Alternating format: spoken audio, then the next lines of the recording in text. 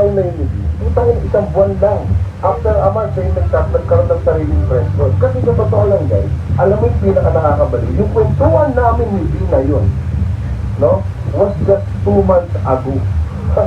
No? So yung mga balang araw pala natin mga paano, pwedeng malayo, pero putang ina, pwedeng bukas mangyayari na yung balang araw na tinatawag mo. Sa totoo lang mga paano, whether maging successful or hindi, no, itong event niya, I'm still proud of her kasi iba yung ginawa niya. Diba? Kahit ako, hindi ko ma-imagine paano ko gagawin kung paano niya ginawa yun. Ako lang yung may idea, so credit to me lang.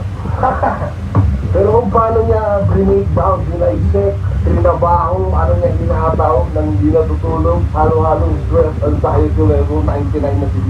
Yun yung B-Cortex na hindi niyo nakikita. Yun yung B-Cortex na akala niyo mahilig lang mag-subject. Pero kung tangina, iba talaga yung babae na yan. Ang lubid yan. Tangina, sinasabi ko sa inyo. Kung meron siya yung mga iba ka, sinasabi niyo sa akin.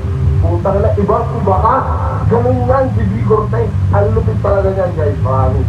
And siyempre, this wouldn't be possible kung hindi rin dahil din sa mga influencers, mga content creators, mga vloggers, no, fashion vloggers, halo-halo, lahat na pumayag para makatotohanan itong event na to. And all thanks to you guys. No, sinasabi sa inyo kahit isa lang ang pumunta ko sa event na yun.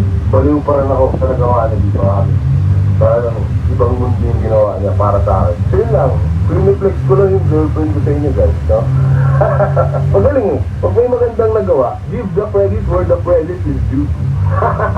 Tama ba? So, ang gawin na tayo doon mga paano, late na naman tayo. Sa sariling event, mag-girlfriend ko, late tayo. Kaya abutan natin doon mga paano, malalaman natin yung second. Let's do this! Let's go! A few minutes later. Holy